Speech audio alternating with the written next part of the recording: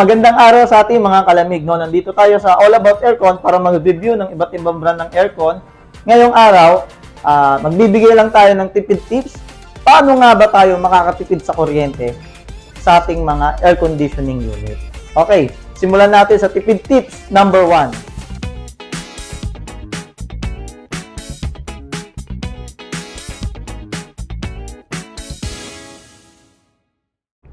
Ay mga kalamig. So, ang tipid tips number 1 po natin ay buy a right size or right capacity of air conditioning unit. Sir, may epekto po ba sa kuryente yun? Meron po ba?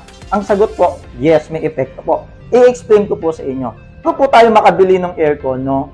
Dapat po, tama po yung sukat nung bibili nating aircon. So, paano po mangyayari yun? Alam nyo na po ba kagad yun? Kung nga kayo po wala po mga customer po natin o mga kalamig natin, wala po kayong idea paano magsukat ng heat load ng area. So pagka ganun po, paano po malalaman yung capacity? Magsusearch po ba tayo sa internet na nahanap tayo 1 HP to 10 square meter or ganito? Applicable po ba yon? So, pwedeng yes, no? Pwedeng no. Depende pa rin po. Kung sa tingin nyo naman po is wala namang ganong tao, yung talagang pinaka-minimum lang ang tao doon, 2, konting gamit, siguro po, possible, pwede. Pero po, kung sasabihin nyo po standard, na malalaman kung ano talaga yung tamang capacity at medyo komplikado yung area po natin, mas maigi po na magpa-aircon survey po muna tayo bago tayo bibili ng aircon. No? Para makuha yung tamang capacity ng aircon. Sir, ang tanong, bakit po ba ina-aircon survey? Ano ba yung mga kinukuha doon? Una, ang kinukuha kasi doon, talaga yung tamang size nung area po natin o yung tamang sukat. Ilang square meter ba yung area natin? Ang pangalawa po doon, yung electrical appliances po natin. Kasi may mga wattage po, kung computer po yan, may lutuan ka dyan. So may mga corresponding na init po yan, iba-iba, no? Na nakaka-epekto pa rin doon sa pagpapalamig ng aircon natin. Pangatlo po natin na tinitignan kasi doon ay yung chine-check sa aircon survey yung occupancy. So, yung occupancy po kasi nakaka-apekto rin po yun dun sa performance ng aircon. Lalo kung marami pong tao, mas mahihirapan yung aircon natin magpalamig. And, ano pa po ba? And other factors pa po. Kunwari, titignan po yan sa aircon survey. Ano po ba yung mga heat factors pa dito? Kunwari, ang paglalagyan pala ng aircon, sala, tapos may kasama na siyang kusina. Sa kusina, alam naman natin, nagluluto tayo, no? May mga appliances na microwave, may ref po dyan. So, nadadagdagan pa po yung init dun sa area na paglalagyan natin ng aircon. Tapos, kung saan ba ilalagay yung aircon, tapat po ba ito ng araw? Direct sunlight po ba? O baka yung ipapalagay yung aircon, gusto nyo ipalagay dun sa ibabaw ng TV. So, malalaman din po nung technician at bibigyan kayo ng mas magandang recommendation kung saan tamang ilalagay po yung air conditioning unit po natin. So, kaya po nagkakaroon po talaga ng aircon survey. So, kaya mas maganda na magpa-aircon survey po tayo bago tayo bibili ng aircon. Sir, paano po ba nakaka-apekto to sa kuryente? Kasi po, pag hindi po tayo nagpa-aircon survey at nagkamali po tayo ng bilhin ng aircon, sabihin po natin na mas mababa pong capacity ng aircon ang nabili po natin kaysa dun sa kailangan talaga ng area po natin, no? Ang mangyayari po, mas malakas po talaga kumain o kumonsumo ng kuryente yung aircon po natin. Dahil lagi po siyang nakatodo, pero hindi niya po nami-meet yung gusto po ninyong lamig dahil nga po, hindi po kaya ng aircon. Ang tawag po namin dyan sa air conditioning is undersize po yung air conditioning unit natin. So, yun yung number 1 tips natin mga kalamig. Tipid tips number 2 po natin.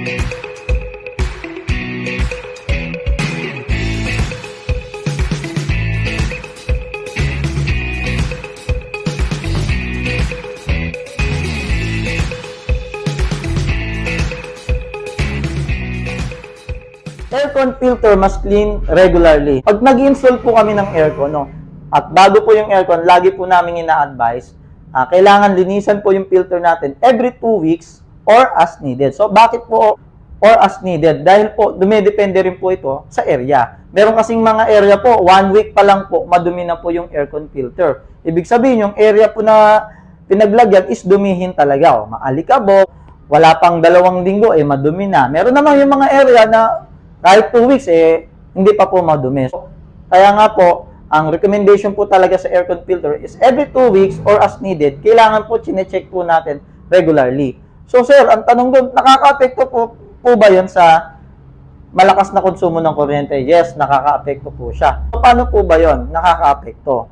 Pag madumi yung filter. Pag madumi po kasi yung filter, no, bubuksan po natin to, tulad ng example po natin dito. Kung itong filter is madumi, at hindi nyo po nililinisan, meron nga po hindi naglilinis talaga ng filter a year na o half a year na, sobrang naka-blockage na po ito. So, ang mangyayari po kasi doon, itong aircon po natin, humihigop po lagi po ito sa ibabaw. Example po sa split type may higop po ito. So, pag humigop po ito, at ito puro dumi na, ang mangyayari po sa aircon po natin, yung buga po nito medyo mahina na po. Ihina po siya. Dati po, ang buga po nito is umaabot po hanggang 4 meters, tapos kumakalat na kagad sa room. Ngayon, pagka madumi na yung filter, ang buga po niyan, naku, napakalapit na lang. So, hindi niya na po may kalat talaga yung lamig dun sa area at hindi na rin kayang palamigin yung area. Kasi nga, ang iksi lang po ng bato ng pan natin. Kasi pag dumumi po ito, ang mangyayari pati yung pan motor po, dumumi na kasi nga hindi nga po nililinis yung filter po natin. No? Ano pa mangyayari? Dahil po pag hindi rin po naglilinis ng filter, meron po siyang masamang epekto dun sa system ng air conditioning unit natin. Ang tinatawag namin dyan yung heat exchanger, no? May masamang epekto po siya dito sa system neto sa loob. So dahil doon, pagka madumi po yung aircon filter po natin, ang nangyayari, humihilaw po yung lamig o humihina yung lamig talaga ng aircon. Natural po na humihina. Kaya dapat po, regularly, is check po ito. Iba pa po yung sa quarterly na cleaning, na general cleaning or yung 6 months na cleaning. So iba pa po yung sa customer po talaga o yung mga, kung kayo po mismo gumagamit, regularly, kailangan i-check po natin yung aircon filters natin. So madali lang naman siya, no? Tatanggalin mo lang ng ganito, kukunin mo ito, pwede mong wisikan ng tubig, no? Pwede mo ring sabunin kung gusto mong mabangot na malinis, patuyuin mo, and then ibabalik mo lang din. So, ganun lang naman, no? Para naiiwasan din natin kagad, mag-breakdown kagad yung unit natin, at may iwasan natin, syempre, yung tinatopic po natin ngayon, yung malakas po sa konsumo ng kuryente. Okay? And number 3 tips po natin, huwag po tayo maniniwala sa walang patayan challenge. Meron po kasing kumalat, medyo matagal na, parang nakaraang taon, may kumalat nung summer na, mas matipid sa kuryente pag hindi mo siya papatayin ng 1 linggo, 1 buwan, walang kahit umalis ka, wag mo siyang patayin. Ang tipid ng kuryente ko, may nagsabi ng gano'n. So, 100% sure po kami na hindi po totoo yon. Ang galing! Ang galing! Pan-testing na rin po namin, fake news po yan, no? Kasi pag ginawa nyo man po yon, yung walang patayang challenge, and kami po ay sure na mas malakas po sa kuryente at mas malaki po yung babayaran nyo po sa Meralco. Pag ganun po yung ginawa po natin. So, wag po tayo maniniwala sa walang patayan challenge. Dapat po talaga, may pahinga rin po yung aircon. Yung aircon naman kasi is appliances, no? Kung sa tao po is, pag tuloy-tuloy nagtatrabaho, mabilis pong magkasakit. Ganun din po sa aircon natin, no? Pag tinuloy-tuloy nyo po ito ng at walang pahingahan, no? Hindi nyo man lang pinagpahinga sa 1 buwan, hindi nyo po pinatay. Una po, mangyayari, ang lakas po ng konsumo sa kuryente. Pangalawa, madali pong masisira yung aircon po natin. And ang pangatlo, bibili na naman kayo ng bagong aircon kasi masisira po talaga agad.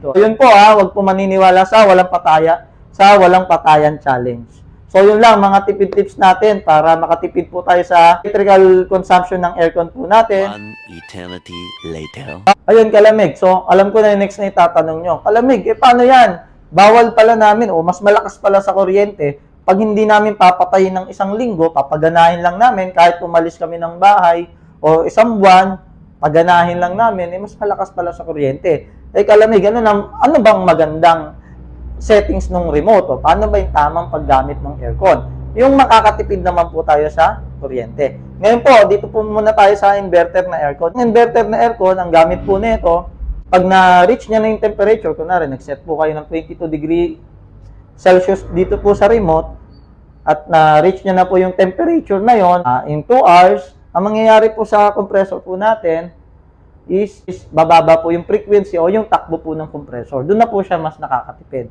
And then, i-maintain niya na lang po yung 22 degrees Celsius na sinet po natin. So, paano po yun? Hours ko siya gagamitin, then aalis po ako ng bahay. After an hour, babalik din po ako.